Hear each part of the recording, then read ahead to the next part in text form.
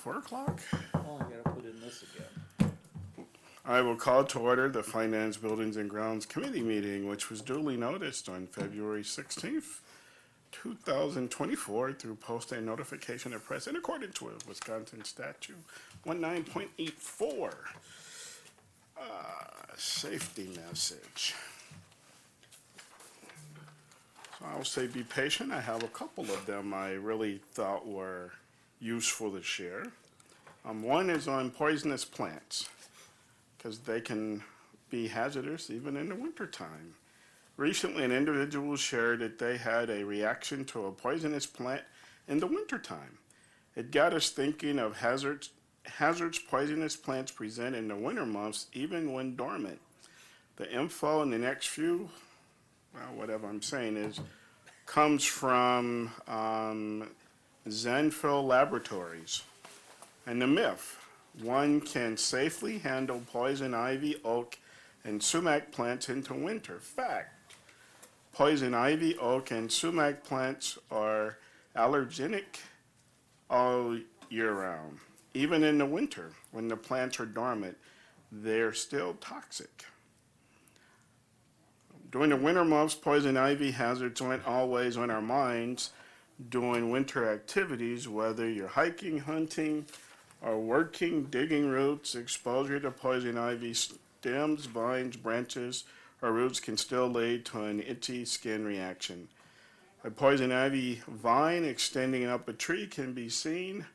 Well, you have to see the picture.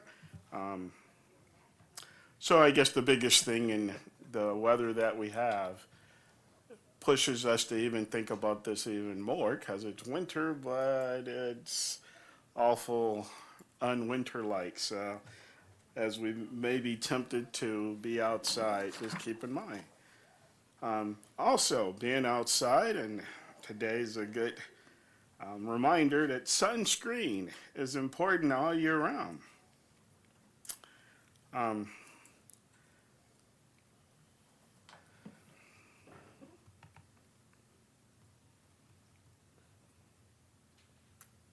I'll just leave it as the apply sunscreen to any skin exposed to the sun, even in this time, and even particular as we are having unseasonably warm temperatures. And I saw a guy on a motorcycle go by as I was finishing my call, and I'm just going, okay, I guess the temperature does say that that's acceptable. And somebody's running around in t-shirt and shorts. It didn't look like our superintendent, but I would imagine that he may be comfortable as he's running around. So just remember, sunscreen is important even now as any other time. I have a motion to adopt the agenda for today. So moved. Second. Second by Carl. So I will say that passes unanimously, assuming that Commissioner Hannawell is good with that. So first is a presentation of the fiscal 23-24 year-to-date financials, December and January. Mr. McCray.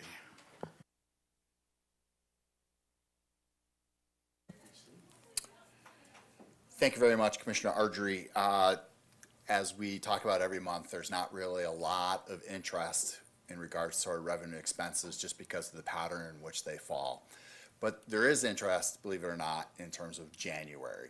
And so you may have noticed a little bit of a different reporting format in the January revenue report, right? And I want to take you through that report real quick. And about the center of the report, you'll see January of 24, January of 23, and January of 22. And what I wanted to share, right, and it talks a little bit about, and I guess what I'm getting to is really the cash flow that we're experiencing in January. So let me pause for a moment and go back. The committee and the board is very well aware of that November is a cash low point for us, which is why we seek a line of credit, right, in order to make our obligations before the December equalization aid payment comes in. So it's about a 21-day window that we seek a line of credit.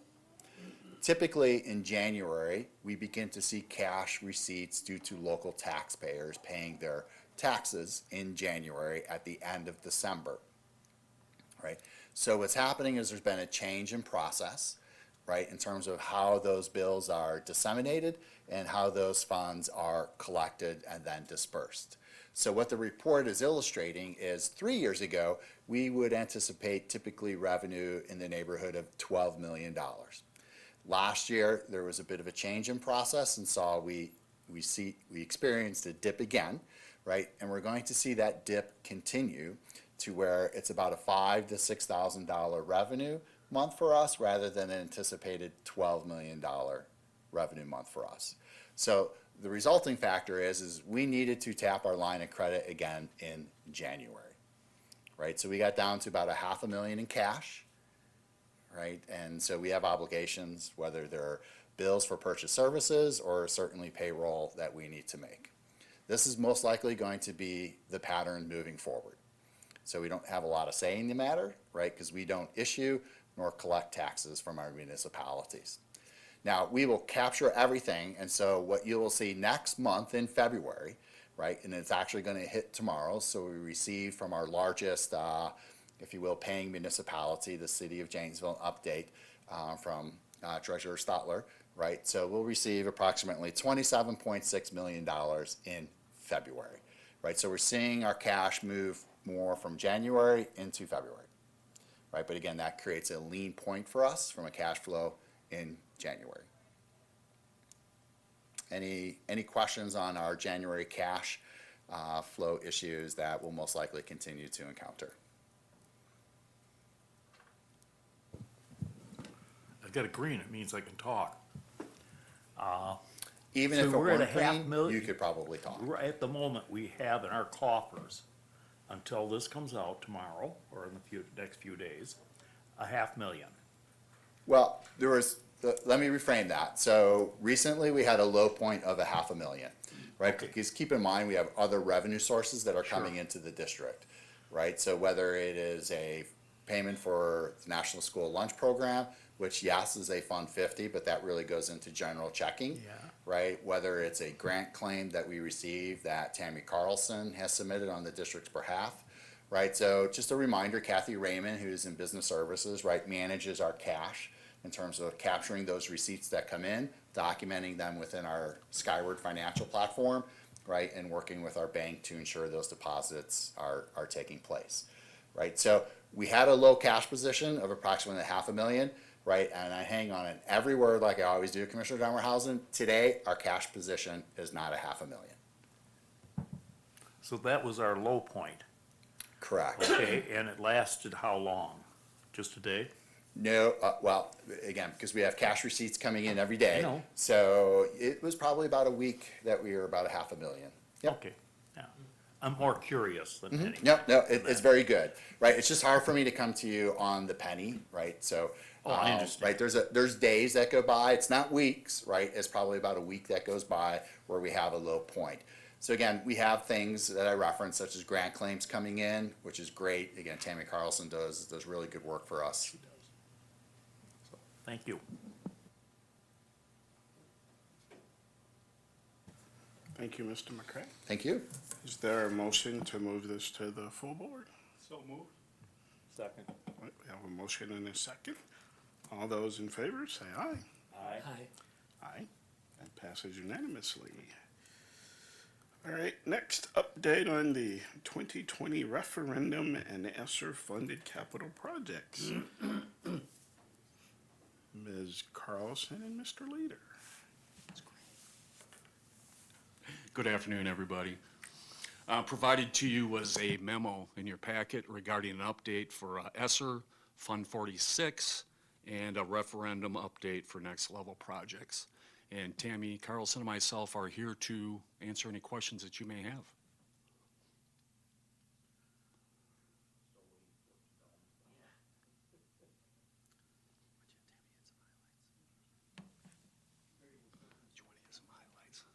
Oh.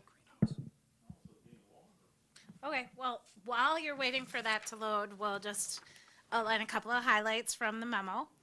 Our Franklin Middle School project is on track to be completed, hopefully by the end of this summer, September 1st, 2024. The funding sources we're utilizing are both the ESSER money as well as our Fund 46 money. As a reminder, JP Cullen is our project manager, construction manager for that, and EOA is our project architect. Craig and Parker High Schools, we are moving forward with both of the greenhouses at both of those schools. Once again, Cullen is our project construction manager, EOA the project architect. ESSER is the funding source for the Craig and Parker High School greenhouse projects. Approximately $2 million for that construction work, and we will start the actual construction work at the end of the school year. We are working very closely with both schools and their teaching staff to make sure that they have enough time to complete their spring sales, and then get things cleaned up and out of there so that we can demolish and get moving with what we're doing. United Greenhouse was awarded the contract for the greenhouse itself components because it is a specialty type of a structure, so it is a specialty contractor that works on that.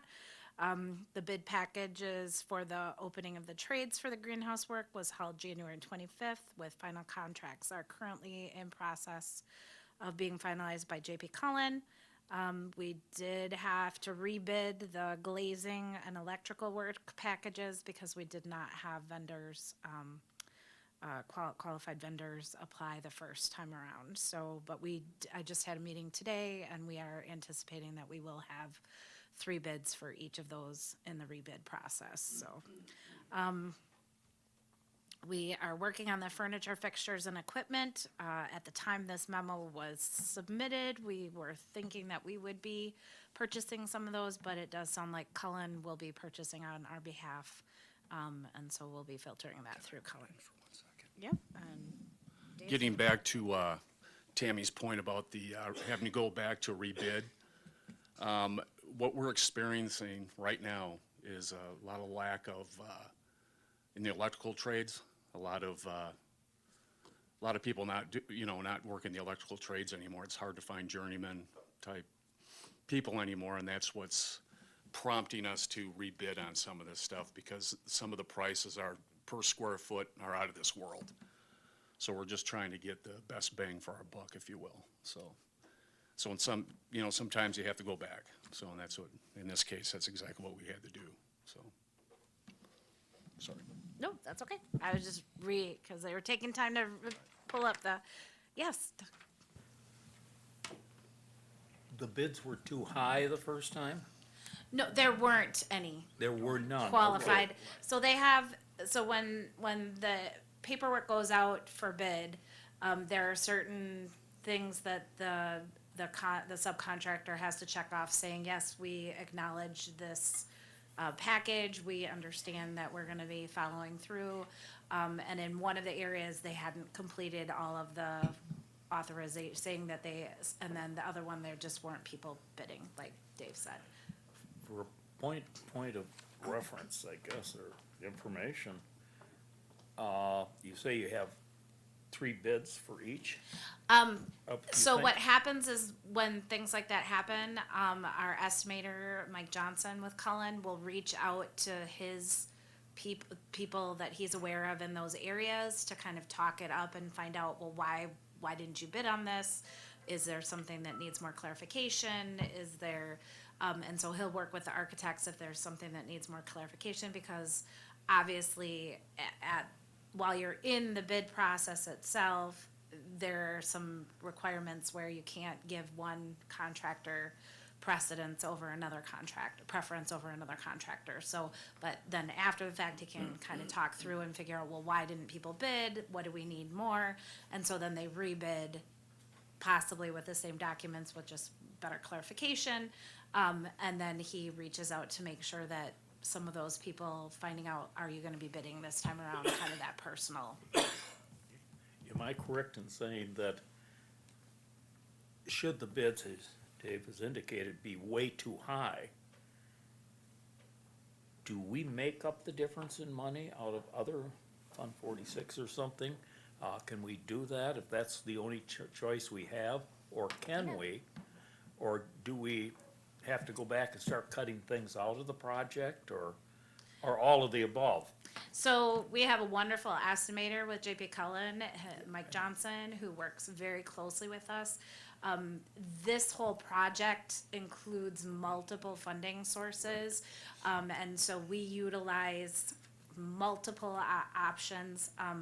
Our goal is to complete the greenhouse project as we are bidding it at this point. So if it means that we need to cut back on another area, if we have to find funding sources elsewhere to fill in, that is what we're doing. But a lot of times what happens is some of the other trades come in lower in budget than we had budgeted. And so a lot of times it just ends up becoming a wash. So you're not concerned? then? We are not concerned there at this point, no. Okay, so you won't get the trapeze in there. Thank you.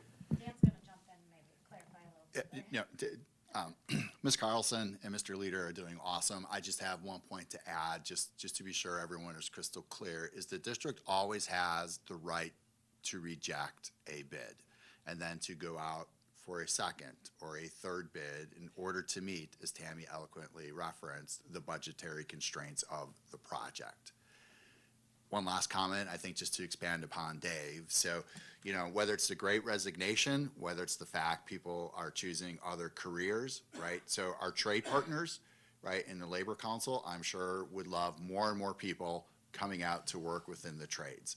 There is an abundance amount of work, which just makes everyone's project that much more competitive in order to secure a bid. Sometimes, maybe in the past, we've had 2 glazing bids. Sometimes we've had 7 glazing bids, right? Depending upon the project, right? It just varies. But it is becoming, right? And I think Mr. Leader and Ms. Carlson spoke eloquently about, it's getting difficult at certain projects, at certain times of the year, to secure trade partners. We are not going to, just to reiterate, above our budget, right, in the aggregate in order to accomplish the work, right? That's just not how we would tackle it. We would hope, as Ms. Carlson referenced, maybe there's a budget. We're looking at the composite budget dollar value. You're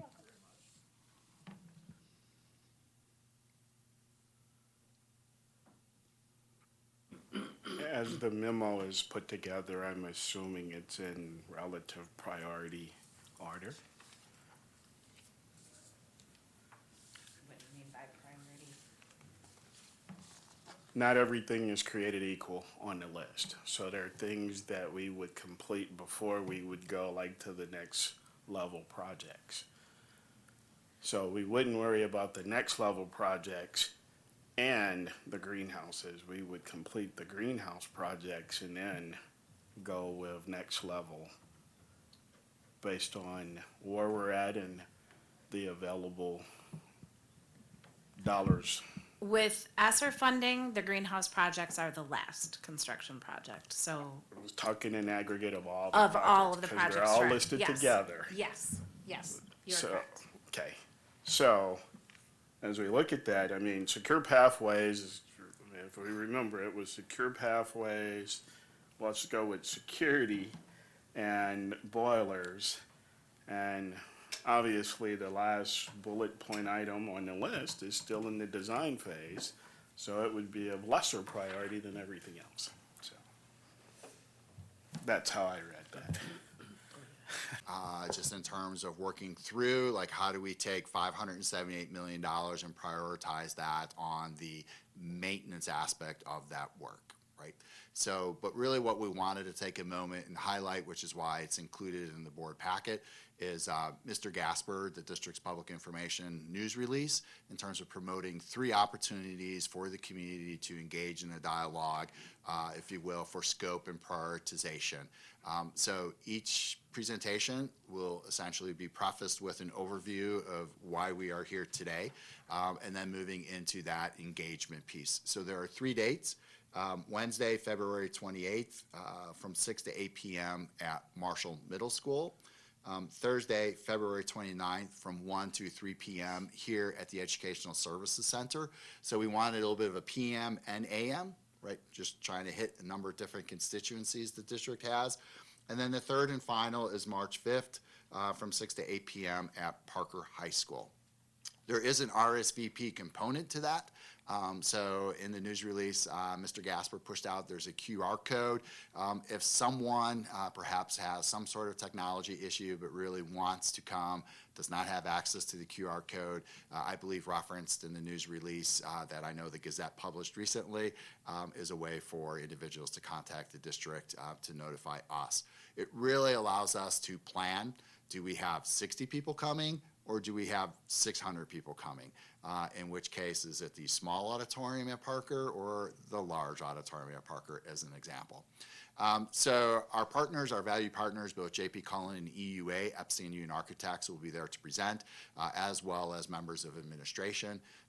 So it's really, again, to kind of take the community, if they're not in the loop already, through the process and to work through some exercises at a very high level of prioritization and scope.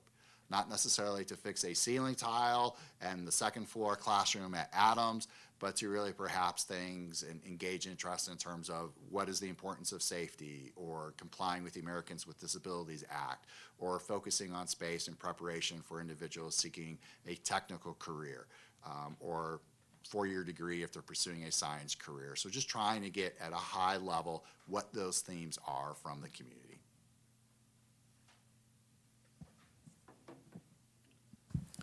So will EUA and Cullen be guiding, I guess, the audience and their participation, or is it any of our internal? I mean, because ultimately it's to gather feedback for us. So, Correct. So to your point, Commissioner Ardrey, it'll be administration presenting, perhaps Superintendent Holtzman, really introducing, telling about the great things that are going on in the school district. I have, if you will, kind of my slide that talks about how we got here. And then really Mike Johnson presenting an overview of the technical estimation, I should say. Tori, our friends from EUA, most likely providing and discussing the technical assessment as well as the educational adequacy components. So elements of things that you've already experienced, but in a little bit more of a condensed high level. We're not going to go through each school or even probably to the level of detail and saying, here's a sample scorecard. If we do, it'll be even higher level than what the board has experienced. It's a 2-hour window. If we had 6, then we could probably go to a level of detail. that's what I was just hopeful that we could stay high, at a high level, not high. Okay, thank you. All right, next. Oh, sorry. That's okay. I have a question, and might be I don't know if it's the right place to ask it. We put together, and I have this from the preliminary or our committee meeting, of all the different levels of needs, 1 to 5. But what I don't, unless I missed it, all I have is, they'll say district, but I'm not sure they're saying the level there. I think going forward, it might be helpful information to sit down and take a look at it. And here's Monterey and that, and all these different things. High school and elementary school. I don't know if this high school one covers 2 schools or 1, but if we could do that for the district, take a look at it, because when it comes time to be making a decision about a referendum, we can take a look at the picture a little bit stronger, I think, than sitting, this school says this one says that. And I'd like to be able to look at it in that manner, because it's obvious we aren't gonna be able to do $550 million referendum. That isn't gonna fly in any way. So if we kind of sat down and said, what does 100 million get us? What does 50 million get us? And that. Let's take a look at this at the end of the meeting. I think it's there, even at the district level. Yeah, I agree with you, Greg. I know, if you're asking, are you asking, Carl, for like a breakdown of one school, each school and their No, numbers? no, I'm asking the district-wide, District, okay. and that, I- because that's the way I think we have to look at it. Yeah, and I think we have that, I didn't bring mine, but as I looked through all those, I think that it's in one of those little things. I hope it is, so I'd like to be able to look at it. Thank you.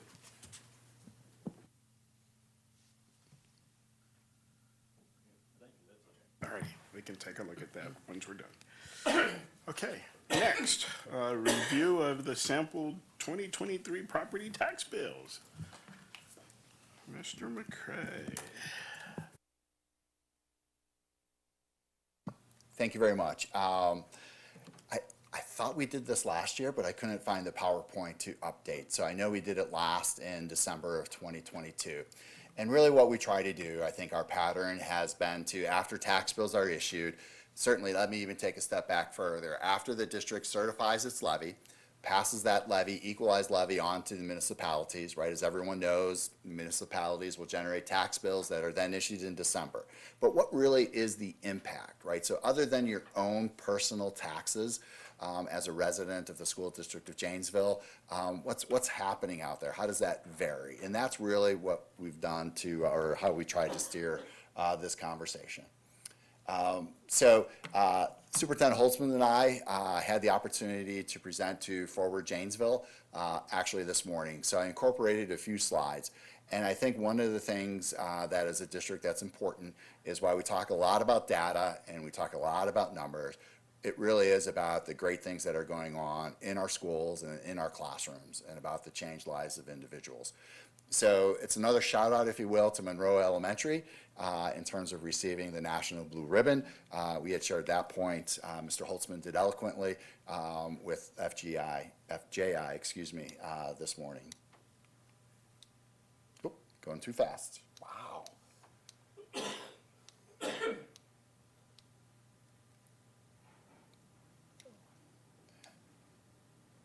I thought there was another slide in there. It doesn't like that slide. Doesn't like that slide. Okay, here's another slide we shared.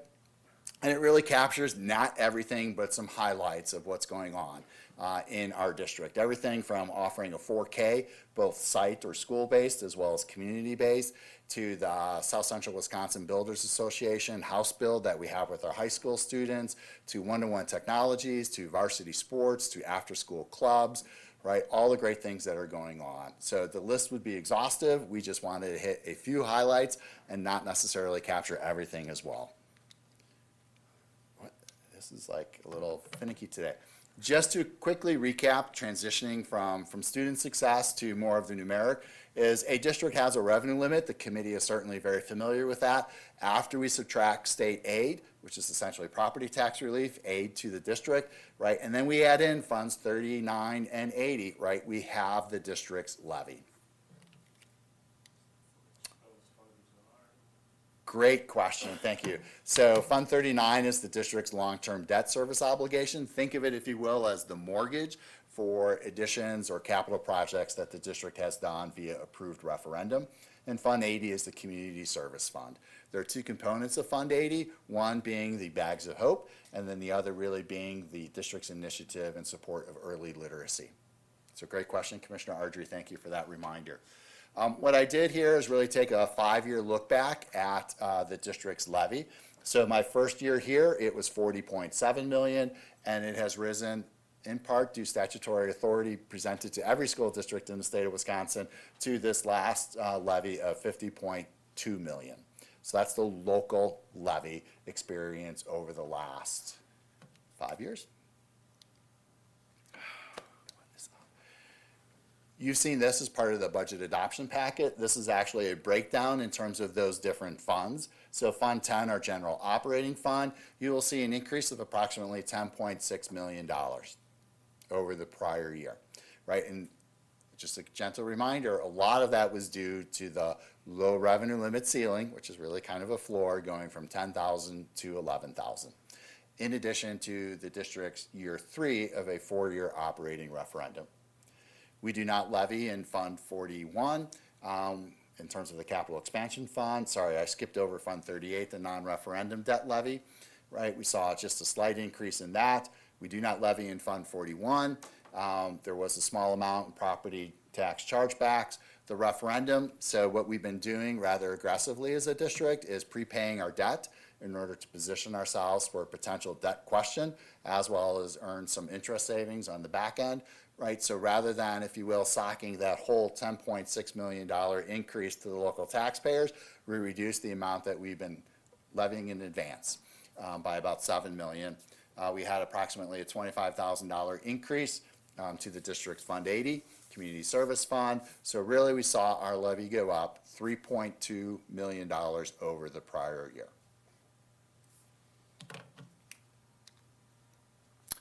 This is an excerpt from Wise Data Finance. It's what we call the PI 401. That's really a data form that we submit to the Department of Public Instruction, the DPI, which again captures by municipality, all right, the district's levy. So keep in mind, not every parcel in the city of Janesville belongs to the School District of Janesville, right? So for us as a district, we essentially have 90% of the School District of Janesville, right? And you can kind of go down that center column. You can see the town of Harmony, we have 0.015%. Town of Janesville is 4.2. Town of La Prairie is 1, right? And the town of Rock is 3.8. So not significant portions of those municipalities. Our largest municipality is, shocker, the city of Janesville. If we were, or you were, the Board of Education for Brown Deer School District, right, it would be the city of Brown Deer, and that would be it, right? So here, as with many rural areas, we go out beyond the city's borders.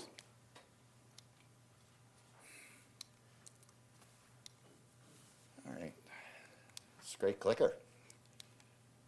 We hit the 401, there we go. That's really difficult to see if you're watching online, but what we tried to do really is illustrate the difference between last year and this year in terms of each municipality's equalized property value, right? The increase in that equalized property value. So we'll start with the city of Janesville and probably end with the city of Janesville for this illustration. The city of Janesville's property value, as determined by the Department of Revenue, increased just over 12%, 12.29% for the district's portion of the equalized property value of the city of Janesville, right? We saw a 6.88% in the district's levy, right? And then another 6 points, not another, a 6.7%, I'm having a great afternoon with the clicker and explaining this slide here, aren't I? So the district's portion, the city's portion of the district's levy went up 6.79%. So let me recap, hopefully in a little more eloquent manner, right? So the city of Janesville's equalized property value went up 12.29%. The district's overall levy went up 6.8%, and the city of Janesville's portion of the district's levy went up 6.79%. We throw a lot of data, and there's a reason why I'm getting to this point in terms of throwing a lot of data at you. So a couple weeks ago, had a taxpayer call, and they were trying to figure out their tax bill, right? And sure, we're more than happy to take those calls, right? One or two would be great, right? There are a lot of taxpayers in the city of Janesville and the municipalities, right? So I'd prefer not to receive a call from every one of them, right? But we're more than happy to take some time to explain it. So I threw together a little bit of an Excel spreadsheet that we're not going to go through every line, but really wanted to show, if you will, a point that I'm going to make in just a moment. And that point is, there's a great article by the Wisconsin Taxpayers Alliance. And it's actually an article that we host on our website. And the closing title of the paragraph, or the title of the closing paragraph, is titled, Explaining the Unexplainable. Right? So really trying to, and I think this has been a mantra of the Business Services Group, is not only just be transparent, but try to provide clarity. And so this was a tool I had shared with that taxpayer that we crafted just to show some variances, right? And I'll take you through this real quick. If you look at kind of section A, lines 1, 2, and 3, right, that is the assessment ratio, the assessed value, and the fair market value of that property over a 4-year period of time. So you could see it increase, right? You saw the assessment ratio decrease, then you saw the assessment ratio increase in the most current year, 2023. If we look at line B, tax levy, right, we can see the tax levy each of the last 4 years and a percentage increase in the corresponding mill rate of that. And you can see the levy goes up and the mill rate goes down, in part because property values are going up. If we look at essentially section C, you can see the school tax for that particular property holder's property, for that parcel, right? And you can see, right, we start in the base year, it goes up, and then it goes down. Okay? Then we have the levy credit. And the levy credit I often reference is typically in the upper right-hand corner, right? That is the state of Wisconsin's way of reducing the property tax burden for K-12 education. We don't receive those funds. The levy credit goes to the municipality in order to make our levy whole. So they're really the intermediary in that transaction. Now we get to the area E, right? That's really just kind of taking a look, if you will, at the proportional value of both the operational and the debt. Something that's relatively new, and I say new in the last number of years, is on any type of non-recurring referendum, whether it's operational or debt, you'll notice that is posted on your tax bills. If it were a recurring referendum, you would not see that, right? So that was legislation in order to provide some additional transparency related to school finance. So then we get to section F is just really, if you will, those increases of the apportionment of the city of Janesville, where this particular taxpayer resides. And then when we get into G, right, which is really, I don't have my readers on, the district's total equalized value. Because keep in mind, and that's really the highlight of that point on the right, the school district levy on equalized value. Municipalities apply that equalized value on a per parcel basis.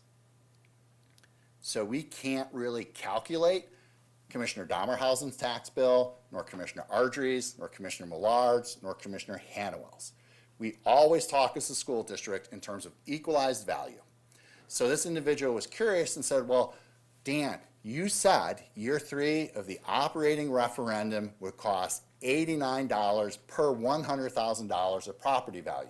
My home is approximately 4 times that dollar value, so I should have seen what's going on. I said, well, yes, but again, the distribution of your individual parcels within your municipality, and keep in mind, your municipality is comprised of everything from residential to industrial to commercial to forestry to agricultural. And all of those, if you will, have different applications of the district's equalized value within that municipality. So then again, I'm going to go back to the Wisconsin Taxpayers Alliance article and reference explaining the unexplainable. I believe at the end, right, there's a little bit of time to put this together for the taxpayer, and it's probably about 45 minutes on the phone, because I think she appreciated talking through it and understood that it's not just, she understood the difference between equalized and assessed value. And there's just a distinct difference. So if we were to pursue a debt referendum in the future, or an operational referendum in the future, we will always talk about equalized value, because those are the rules that school districts across the state need to subscribe to.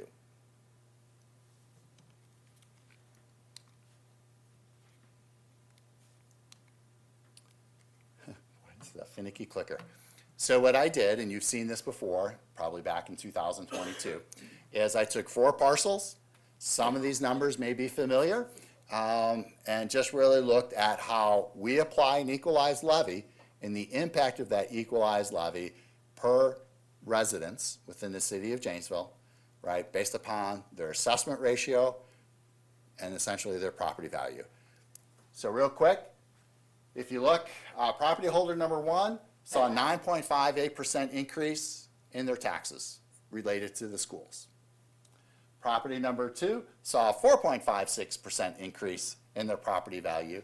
Property holder number 3 saw an 8.41% increase, and property number 4 saw a minus 6.96% in their school taxes. So it's not always linear, I guess, is really the point of my long dissertation here on school levy tax bills.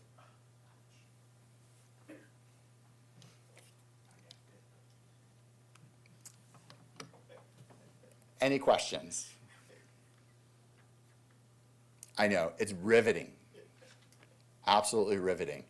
But this is our challenge. This will be your challenge as board commissioners. This will be certainly my challenge, Superintendent Holtzman's challenge, right? As we go out and talk about school finance, as we go out and perhaps talk about the renewal of our operational referendum, and perhaps should the board consider putting forth a question to taxpayers on a debt-related question.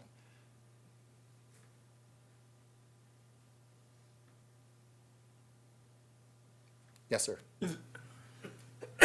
This is just a hypothetical, but why doesn't the Gazette or somebody in conjunction with your department do an article that explains this as eloquently as you did? And I'm serious there. So that the average person, when they're looking at their taxes, maybe gets a little bit better understanding. Has anybody ever given that any thought? You know, that's fair. I mean, we push as much information out to local media as they're happy to consume. I guess the question comes as to whether or not they want to consume it. I know our local radio station typically will invite me, or they'll certainly, I know Superintendent Holtzman has a standing appointment with the radio station, right? So they'll ask questions. We're more than happy to spend some time talking with Tim about that, or anyone else who wants to host. Sometimes, like we do, I can't whiteboard anything, so I even feeling a little uncomfortable standing here that I can't do that. We really try to. That's why, and you know, Commissioner Hannawell, we could probably always do better, right? But we do push some things out there. The Wisconsin Taxpayers Alliance, which is on our website, is just a really great resource. We like it because it's a bipartisan entity. It's now, as you may recall, the Wisconsin Policy Forum, right? But it breaks it down even more. Yeah, I mean, this is such good stuff that you guys put together, and I mean, I think, and maybe I'm naive, and maybe, you know, the general public isn't as interested in it. They just want bottom line numbers. I hear what you're saying in terms of, you know, putting out there, does the consumer want to hear about it or not, or is it an interest? But I just think it's, you know, it's so helpful, you know, and you guys do the work that so you wouldn't get flooded. Maybe you don't get flooded with calls, but if more people understood this, maybe they'd understand other pieces. So. Here's maybe just to put a spin on it, if I may, right, is, you know, I'm perhaps glad people are not necessarily, you know, showing up at the doorstep with pitchforks, right? And maybe because of the great work that's going on in our classrooms on a daily basis, right? And when people consider that brand value proposition, no one wants to pay more. I don't want to pay more taxes, right? But there's a lot of things in life that I don't necessarily want to do, but are in my best interest to do, right? But if our arts performances are great, if our athletic teams are doing well, if kids are learning and going into the trades and going off to college and being productive citizens, if that's the leading story, that's awesome. And maybe that's the case. Yeah, that's fair.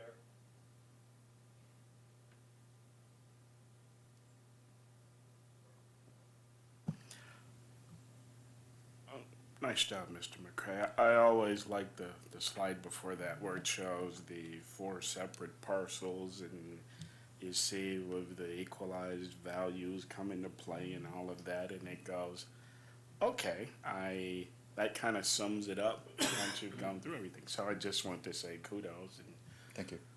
I still saw the largest increase. That's my tax bill. Go ahead, Carl. As I went through these, and I was just redoing it, that's why I didn't say anything. It seems like and I'm assuming these are all residential. Yes, sir. Why am I seeing the most expensive going down? And the ones that have the less expensive values as a percentage, or in a dollar total, they have more. That ouch hit me. Yeah, that's very fair, right? So there's a couple thoughts there. One, you'll notice that their levy credit is also the largest, because the more property rich a homeowner is, the larger the levy credit that they'll receive. Okay, the other things that may be coming into play that we don't necessarily know is, it's potentially that this property holder appealed, right, their placement in terms of their assessment ratio, right? But their assessment ratio is still at 92%, right? Which is, you'll notice it's the same assessment ratio, there's a spelling error, for everyone.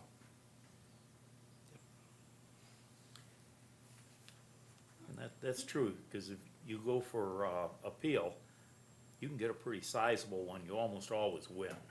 If you have comparative market data, you absolutely may. But again, they're looking at it in terms of they're comparing their property and their tax bills, right, when they go for that appeal.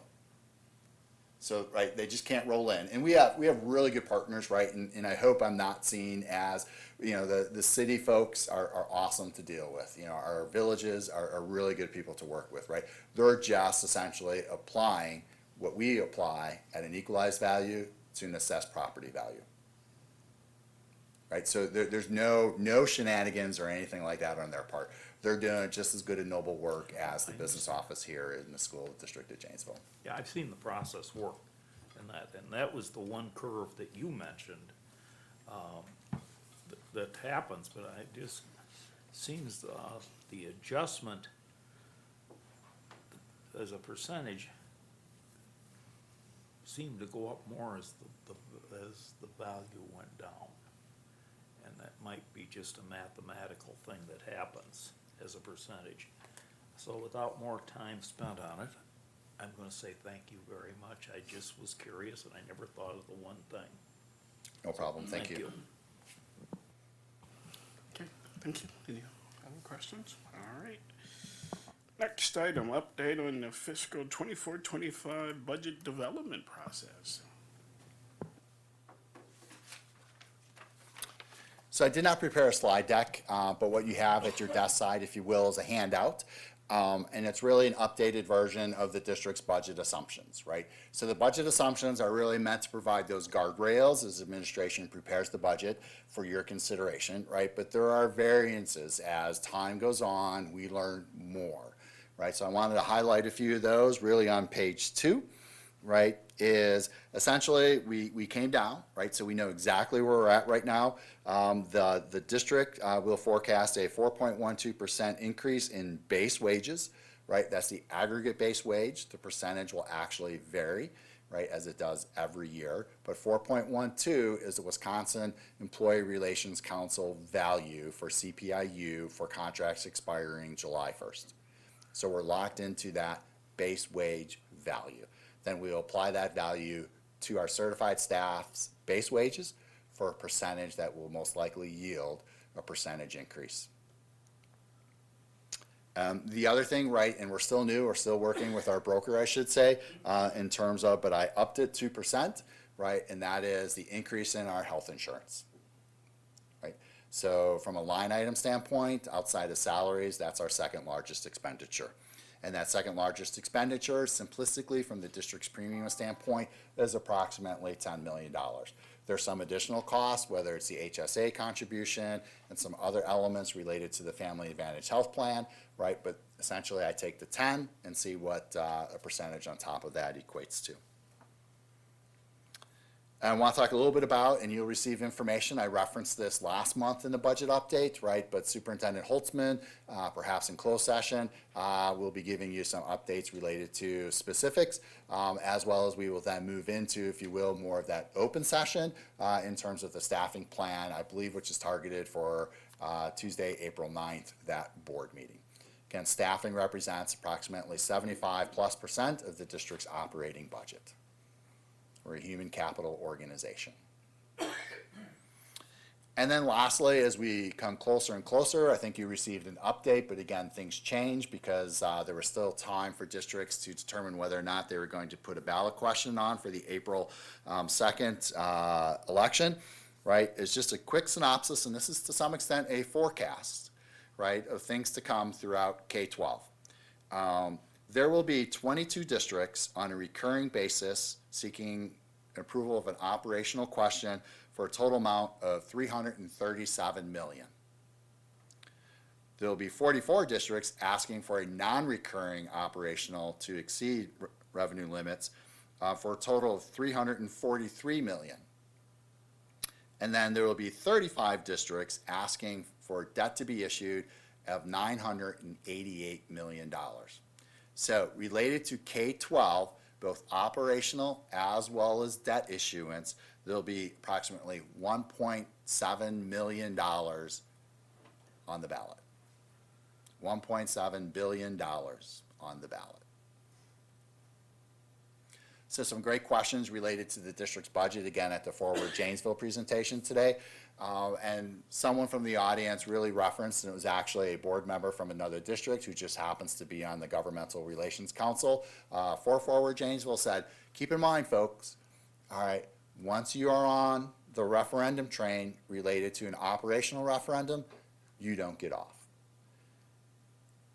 Right, and then let me say, I know we're talking about the 24-25 budget development, but we really need to take, right, and I've shared this before, a very longitudinal perspective, like looking into the future, as we don't just live for the year.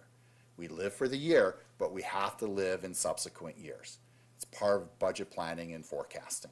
So we're focusing a lot on 24-25, right? The board does have an operational renewal at the end of that fiscal year.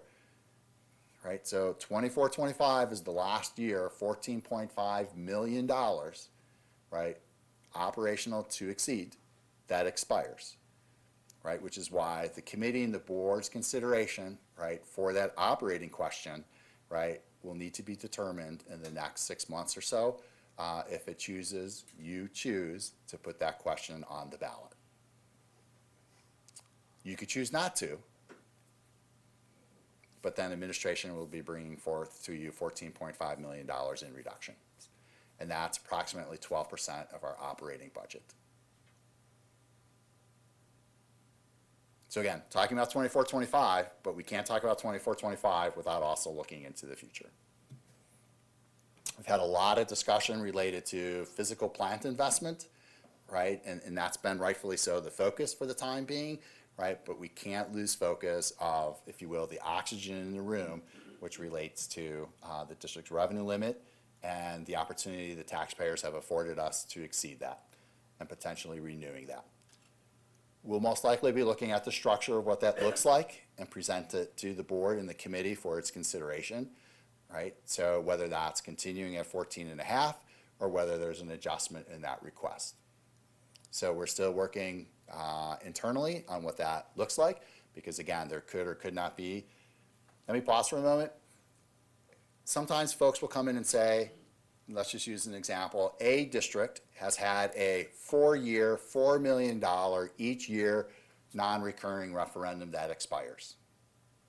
And sometimes people will say, we're going to renew that for another 4 years at $4 million, no tax increase. Don't get caught. That technically is a tax increase.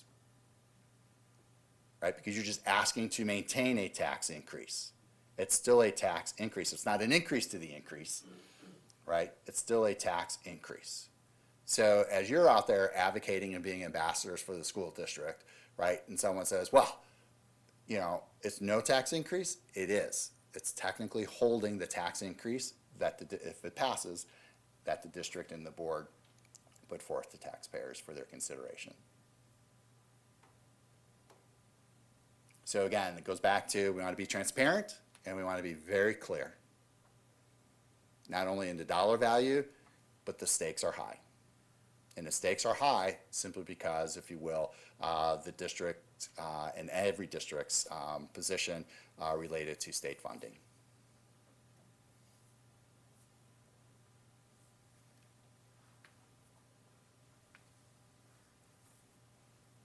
Any questions?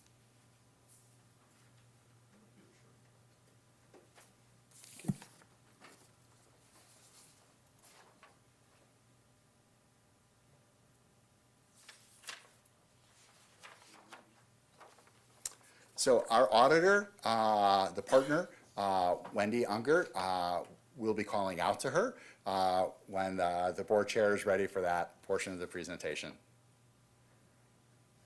So let's hit our next item.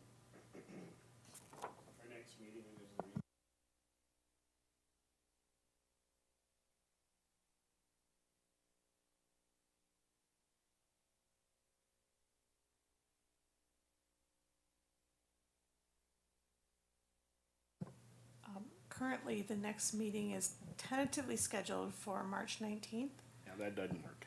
which is during spring break. Yeah, that doesn't work. Okay, so, we can look at other days.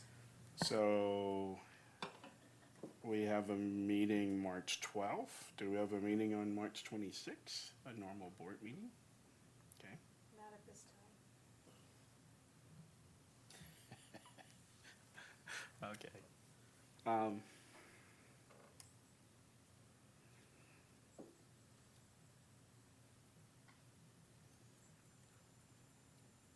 so my debate is, do we have a meeting on the 26th or do we go to April? But going to April means a whole lot of something else. Elections. That's correct. An election would come into play, so. Now we should So- wrap it up to 26th. If I may, Commissioner Ardrey. Sure. So, just referencing an earlier note, in the presentation that the staffing report will be coming April 9th, right? Tentatively, that's what it's scheduled for. So I would most likely advocate for that March 26th. 26th meeting, just to really set the stage, right? So, you know, At April 2nd? Election day? Sure, I have nothing better to do. you're not working the polls, Commissioner Ardrey? I can't. Yeah. He probably. You found this out. Okay, let's, enough. So the 26th, if that works for everybody. It's fine with me. What about the time?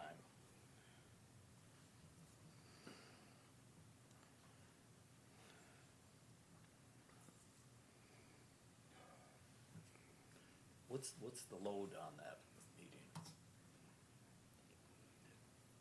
I mean, what are we covering? Yeah. I don't know if there'll be a lot or not. How far along are we in the process? It's always a lot. So we can meet earlier than 4 if we want. That works. 3 o'clock? I'm okay with, say, 3. Does 3 work? Sure, I think one thing, right, and again, we don't have a specific date, but just to put on your radar, right, is you as a committee have done really good work in getting into our buildings, right? There are 5 other board members, 2 of whom I know do and look at the educational adequacy components of the buildings, right? They want to see what's going on in the classroom.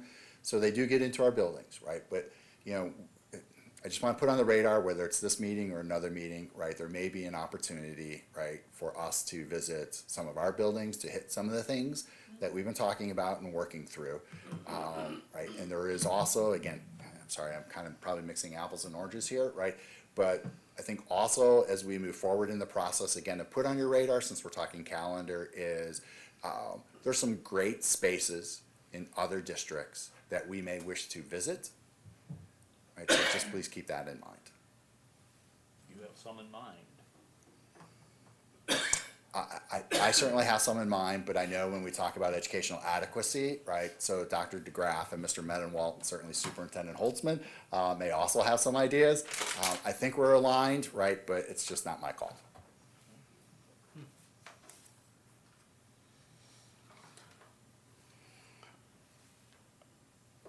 I'm not sure what you were adding to that. Yeah, I know. I was just putting stuff on the radar. So maybe if we look at that March meeting, right, if that's, I think, where we're leaning Yes. towards, right? And I know there was a 3 o'clock, right? Maybe keep in mind there may be a business component of that meeting, and there may be an opportunity, at least in district, to go and take a look at some technical aspects. Sure, okay. Alrighty. If 3 o'clock works, Yeah. let's plan for 3. So I assume location to be determined? Is Yes, sir. that- Okay. Let's tentatively book it here if we don't have a spot, and then we can, okay. Thank you. All right, is there any agenda items that you guys would like to see on our agenda that we haven't covered? I'm still working on it. Okay, well, I've done this a time or two, or a year or two, so we will have shared some thoughts with Mr. McCray of some agenda items, so that is different than what we typically do, so we will bring forth those. So if there's no other, we will go to the presentation of the 22-23 audit.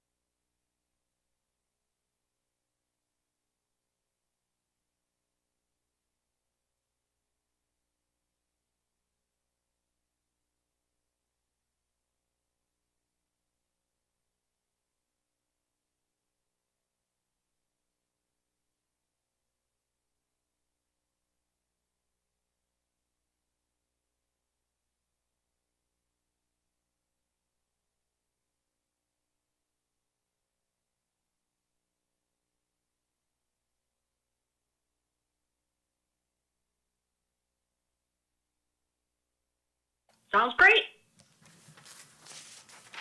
Thank you, Wendy, for joining us. You can fire away when you're ready. All right. Well, wonderful. Thank you so much for having me here. I really appreciate you allowing me to do this virtually. As Dan mentioned, you should have up on the screen the PowerPoint presentation that really highlights the two documents that we issue as part of the audit process, one being your audited financial statements, and then the other being included in your audited statements is a clean, unmodified opinion. That is the same type of an opinion that you've received in the past, so nothing new and different there. That unmodified opinion means that all the disclosures that are required to be included have been, generally accepted accounting principles have been adhered to, that the financial statements are presented fairly, so we don't believe there's any material misstatements included in them.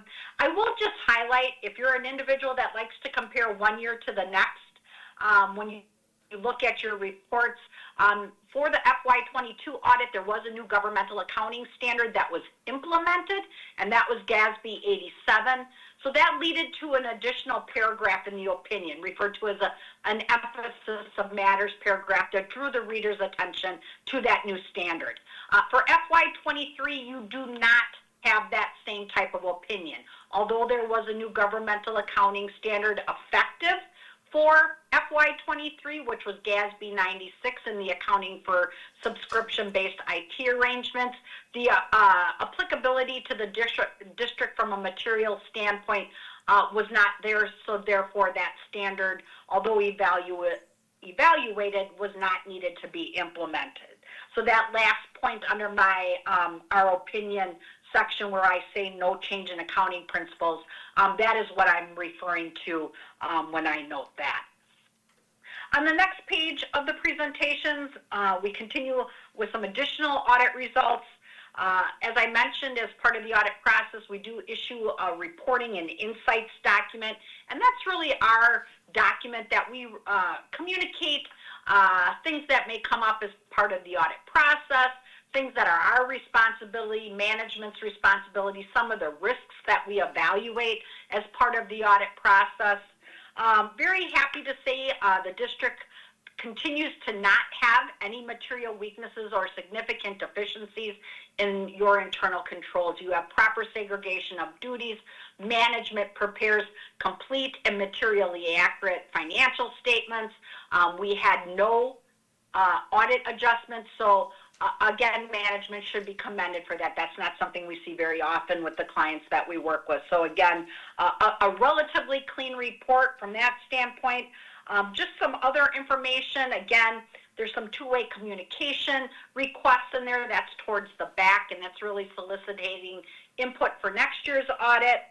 There is some communication about new governmental accounting standards, so GASBs, as I referred to earlier. There's two new ones that are coming that will be effective in the upcoming year, and we will work with management to make sure those are addressed as needed, if needed.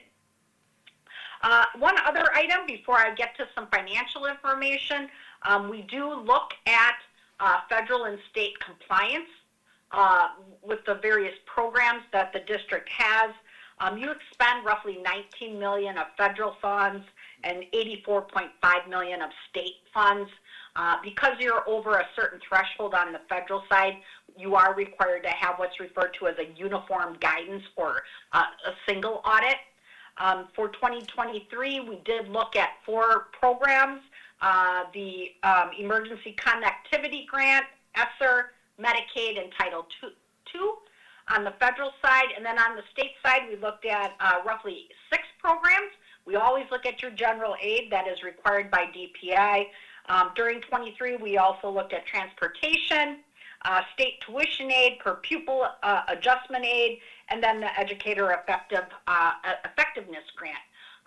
In evaluating all 10 of those programs, very happy to say again, district had no compliance findings noted related to any of the federal or state programs. So again, a very positive result on that side. And that information, just for your reference, can be found in the very back of your audited financial statements. Switching gears then and moving to some summary financial information on the next slide. On this slide is your general fund activity for FY23. Included in your audited statements on page 43, you can find this in more detail, and feel free to look at that at your convenience. But just a couple items to note. When you look at the second column in, this is your final budget figures. You budgeted $137.4 million of revenue. You received $130.9 million of revenue, so you came in under budget in your revenue category. And that is mainly due to ESSER 3 funding that was not sought after during the FY23 year. Likewise, on the expenditure side, again, $137.4 million budget. You expended $130.5 million. So you came in $6.8 million under budget. So you were under in revenue, but you were also under in expenditures. Couple reasons for that. So ultimately, the ESSER funding that you budgeted to receive, you did not expend. So that is a portion of that change. You also came in roughly $1.9 million under in your general instruction category.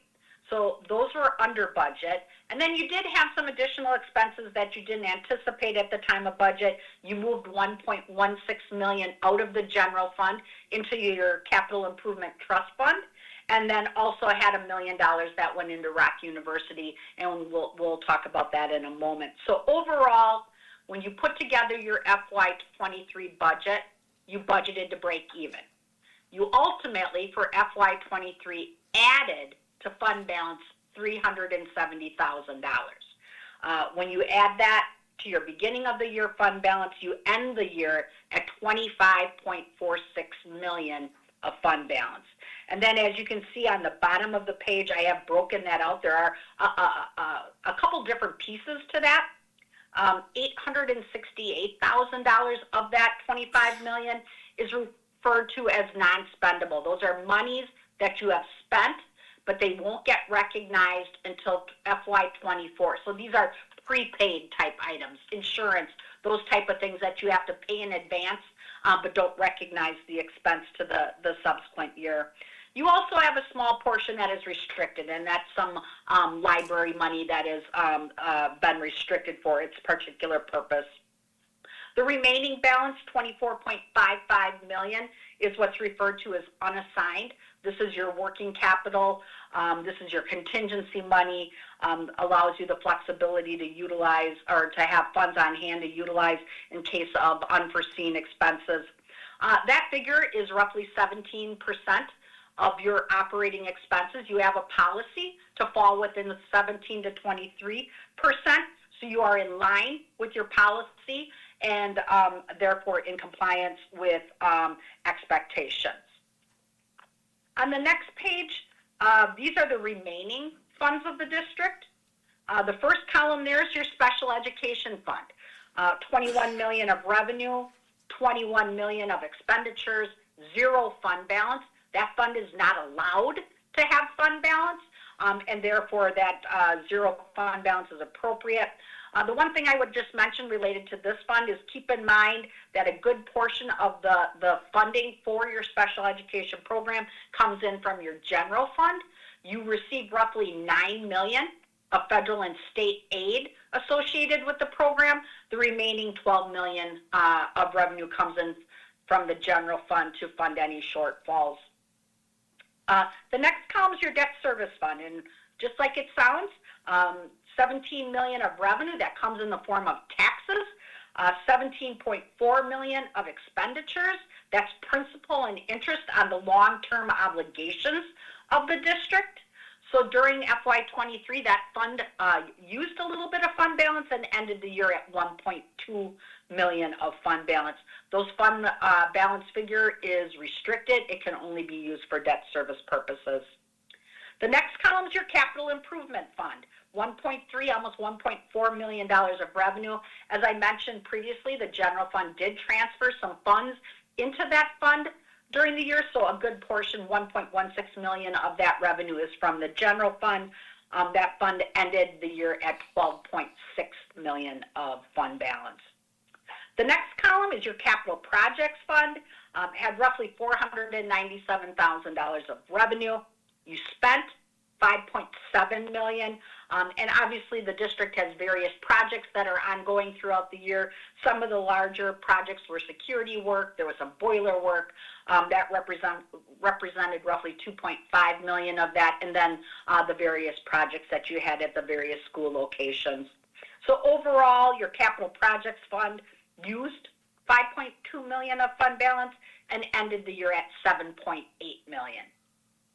The last column here is titled non-major, and this can be found in your audited statements on page 53. So these are the remaining funds of the district, your food service, your gift fund, your community service fund, and then Rock Universities. Those funds in total had $8.9 million of revenue. As you would expect, most of that, or $6.6 million, comes in through your food service program. You did have the transfer in to Rock University, so that's also $1 million of that revenue that came in. The expenditures, $7.9 million. Again, roughly $6 million of that is food service. There was $985,000 of expenditures in Rock University, and also $707,000 in the gift fund.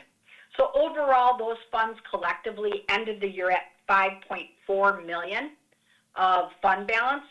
All of those funds saw a positive increase in fund balance over the previous year, and the largest fund balance at the end of the year of that 5.4, 3.9 or almost $4 million is what you have in your food service fund, and then 1.1 million is the fund balance left in your gift fund or your Fund 21.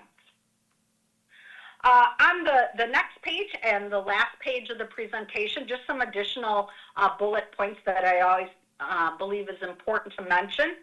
The first item noted there is your ability to borrow, which is 10% of your equalized value. There's a footnote that details out your various debt obligations and this related disclosure on page 30. But your ability to borrow is roughly $6.8 billion. At the end of the year, you had $27.235 million of general obligation debt outstanding, so significant borrowing capacity. And your current debt is structured to be due and payable through 2031, which at that point, assuming no additional borrowings, the district would be debt-free. On the next bullet point, your other post-employment benefits. These are benefits that are offered to retirees. This can be found in detail on page 40. Just to quickly mention, your liability as of the end of FY23 was $23.6 million. That is actually down $1 million over the previous year. Also keep in mind that is based on actuarial data that is provided to us by the district's actuaries and based on various demographics and assumptions that are made. The last item that I've noted here is the employees' retirement system. This is the district's participation in WRS. Again, very lengthy footnote included beginning on page 34. The real key to this one is to keep in mind that this figure ebbs and flows based on market activity. Sometimes there's a liability on the district's books, sometimes there's an asset. At the end of FY22, the district had a $34.3 million asset. At June 30th of 2023, that asset changed over to a liability of $22.1 million. Again, based on market activity, that is how these numbers ebb and flow. So when the market's doing well, you carry an asset. When the market isn't doing well, you carry a liability. I also remind you that these figures are based on data as of 12/31/22.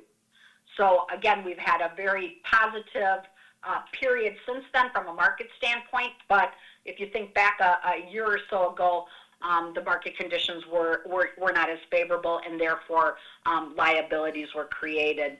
I will just note also that included in your financial statements on page 50, if you are interested on how the activity fluctuates on an annual basis, you can look at that table because it does show you for the last several years, what years were liabilities and what years were assets. Good news is that the liability is not something you owe. When it's an asset, it's not something you get. It's really just saying, based on a point in time, what is your proportionate share of the Wisconsin retirement system pot, if you want to call it that way. Wisconsin is very good from the standpoint we're essentially 100% funded, but again, there are times based on market that it will be over or under funded. On the last page, I have included my email address and my phone number. As I always mention, very happy to talk with any of you to go over what I've shared, go through the financials, talk about the audit process. Very happy to have any discussions that you would like. But at this point, I'm also happy to address any questions or comments you may have now.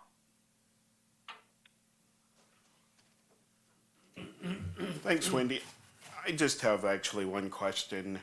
And management letter, point number 12, and I'll start off as there's no accusations of fraud or anything. I'm just trying to understand what the point really means. Because it says there is not an assessment of risk if the financial statements are materially misstated. And I guess, first of all, the materially part is what level would it be to be material? Sure.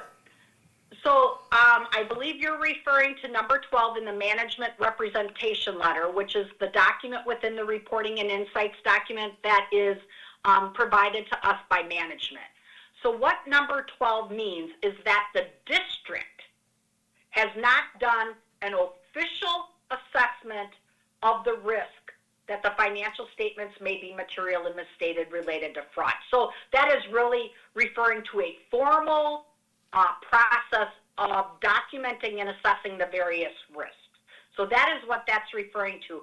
When we refer to materiality, we take into a lot of accounts very different, whether it's quantitative or qualitative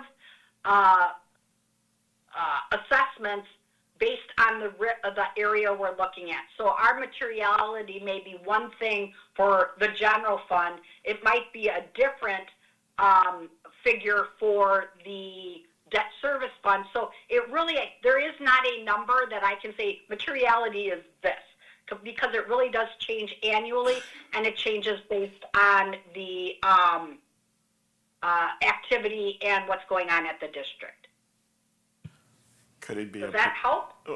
It does. Could it be a percentage? In some cases, it is a percentage of whether it's assets or liabilities or fund balance or revenues or expenses. Again, it depends on the activity of the fund and what is it heavy in. So for example, if a fund would be, and this isn't, and I'm going to use this as a relatively poor example, but I think it kind of hits home a little bit more, is if you took like a utility where they're very capital asset or fixed asset heavy, their assets are very large. We would never use assets to determine materiality. We might say, okay, in that type of scenario, we're going to take revenue, and we'll use revenue as our figure and then take a certain percentage of that revenue. So again, it really depends on what is the activity of the fund, because every one of our funds, or your funds I should say, have a different materiality. There is no set exact science when it comes to it in determining it. So I can't tell you that every time we're going to use materiality of 5% of revenue, because that wouldn't, it would never be the same, and it's not the same for every fund. Okay, I'm clear. And by the way, I actually work for a utility, so your analogy was perfect. Oh, well, good. I read the report, so that was one of my questions. So any questions from anyone else?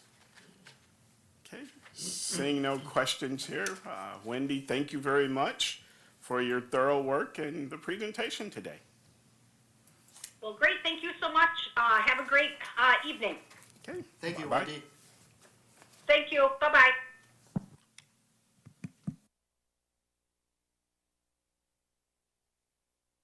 Okay. So I was remiss. I should have really introduced Matt Sylvester Knudsen, who's not here with us, right? So Matt, as you know, is a trained certified public accountant. He is really point for the district's audit and does a ton of work, right? And he's very thorough, and I think that's illustrative of the good report that the district received. But also with us is Tammy Carlson. Tammy, as you know, is our grants manager, fiscal analyst. So when we talk about that very large multi-million dollar component of federal funding, right, that really is within Tammy's scope and responsibility. Now, she works with program managers, right? So I think I've said this in the past, and it still holds true today. Why we may be, as a department, the business services group, on point for the audit, right? A lot of it falls to our payroll department in ensuring things are correctly processed and accounted for, and reports are provided, even to our friends in curriculum instruction and student services, special education, right? So it truly is a team approach. The audit is why we're on point, is just not ours to carry. We really rely upon the work of individuals within those departments as well. Okay. Commissioner Dowershausen? Well, I don't know if it's the right thing, but I have a question, and I think I ask this every year. We got a lot of funds being shifted around because they're from other sources and other things, ESSER and all that. But at the end of the year with our budget, are we actually getting rid of those in just our budget? Are we over or under, and how much? I couldn't find it in there. I mean, are we, this is money that we have to account for to the state and affects next year amounts that we get. And that's what I was looking for. Yeah, fair, and I'll try to keep that brief, right? Please. So, keep in mind, any grant, federal grant such as Title I, II, III, IV, any grant related to educator effectiveness, which is a state grant, is you incur the expense and you apply for the reimbursement, so essentially you're budget neutral. Right. Right, now there are times to where, let's say title, there may be an award, we don't fully expend that award, right? So then there would be carryover into the following year. Tammy Carlson could probably better address the nuances of that. I'll maybe leave that till after the meeting, though. It's a beautiful evening. When it comes down to, right, and Wendy Younger, the partner lead auditor for the district, went over it, is there was approximately a $350,000 contribution to the district's fund balance, right?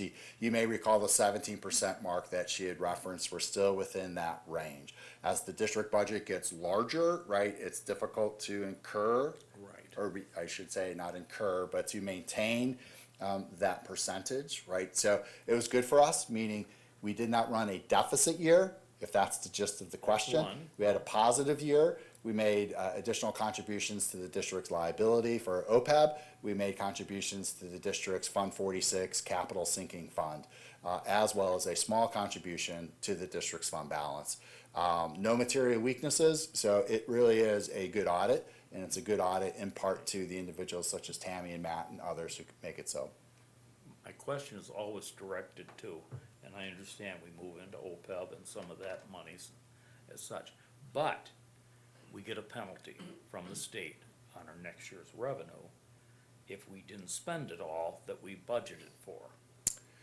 Yeah, so that's fair. So if we look at, and this is always a point of contention in a very friendly way between Matt Sylvester Knutson and myself, right? Because we're positively aided at the tertiary level, I think roughly we're about 24%, right? So anything that we don't spend is not aided. So that $350,000 is not aided, right? So one could say it's not aided to 24%, and 24% of $350,000 is what we would have lost in aid. Now, aid, as you know, is not new money, it's property tax relief. So that portion, if you will, in the next year is passed on to the taxpayers, not directly, but theoretically in the formula. I never get that straight. Per se, as much Okay, as I go to classes and No, have to I learn. understand. do. So here's a perfect example. If we did not make a Fund 46 contribution, if we did not make a contribution to our OPEB liability, and we budget balance at the beginning of the year, but we have positions open, right? If you want to talk about open positions, chat with Kim Perenboom sometimes in terms of SLP, school psychs, and other types of positions, right? So we're not always fully expending what we budget because we can't recruit to fill every position in today's environment. So we have dollars left over. Utility bills may be a little bit less. So we will always have some money left over. If, going back to the example, we left $3 million on the table and we just let that fall to the bottom line and we did not make those aidable contributions, right, we would take an aid hit, you are correct, on the subsequent fiscal year's aid formula, which is why we're grateful to take advantage of those transfers to 46, to Fund 73, push as much as we can into those aidable transactions, right? Leave a small amount. This is sometimes, so Commissioner Murray will ask, well, are we not contributing? Can it be 18%? Can it be 19%? Can it be 20%? So you don't have to short-term borrow. If we did that, we would not be making contributions to those two funds, nor would those contributions be aidable, and the taxpayers would take a hit the subsequent year. Well, it's almost impossible to hit it like this. There has to be some give there. And I'm just wondering, what was that little bit of give? Sometimes it's a couple thousand, I would assume. Sometimes it's a little more. We just can't pick that close. And sometimes it's the way bills fall and work falls. And that's, so I'm just trying to always wonder, what did we give up? Was that a comment or a That's question? it's a compliment. Hard to, I don't think we give up much at all. We spend it in the proper way. You are correct. And that's all. I just always curious, because nobody ever gives me that answer. You know, it was $24.02, you know. Mhm. Yeah. Thank you very much. Thank you. Thank you, Greg. Keep in mind, Carl, almost 140 million was spent. I so know it. 350. I know. That's, I'm aware. I'm just trying to say how good we do. oh, yeah, okay, that's, yes. It's Outstanding. amazing. Okay, we have reached the end of our agenda. We are adjourned.